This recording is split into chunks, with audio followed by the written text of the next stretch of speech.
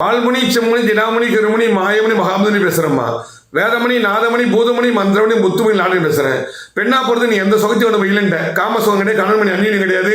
ஒரு 2 பசங்க பத்தீங்க, 2 பசங்களும் மன வாழ்க்கை தடைப்பட்டுக்கினே வருதா? இனி வெளில கல்யாணம் தடை ஆகல, நீங்களும் பாத்துக்கிட்டே இருக்கீங்க மாப்பிள்ளையே பொண்ணும்.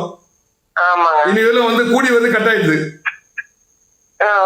நீங்களும் மகிழ்ச்சியா வாழல, பசங்க படிப்பேற்ற வேலை கிடைக்கல, ஆளு ஒரு டிகிரி தான் முடிச்சிருக்காங்க, வருமானம் பத்தல, வாங்கின கண்ண குடும்பம் இல்ல, வட்டி கட்ட நகை நட்டு போட்டும் இல்ல, எல்லாம் அப்படியே முடங்கி போய்க்குது.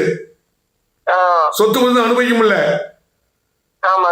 ராஜ் டிவில என்ன பார்த்துருப்பீங்க, விஜய் டிவில பார்த்துருப்பீங்க, Sai TV, Moon TV, Vasanth TV, என்ன பார்க்காத தொலைக்காட்சி அத்தனை தொலைக்காட்சியில பார்த்துருப்பீங்க.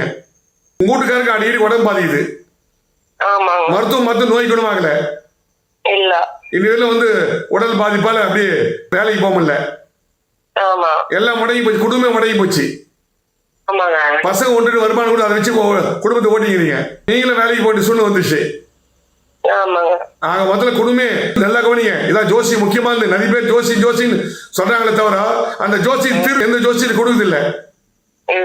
அதாவது படிப்புக்கேற்ற டிகிரி வேலை படிச்சாங்க 2 பேருமே, ஆனா படிப்புக்கேற்ற வேலை இன்னும் வேலை கிடைக்கல.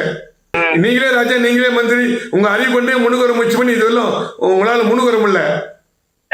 படிப்பேற்ற வேலையும் கிடைக்கல, கையில பணம் தாங்கல, வீட்டுக்கு வந்து நிம்மதி இல்ல,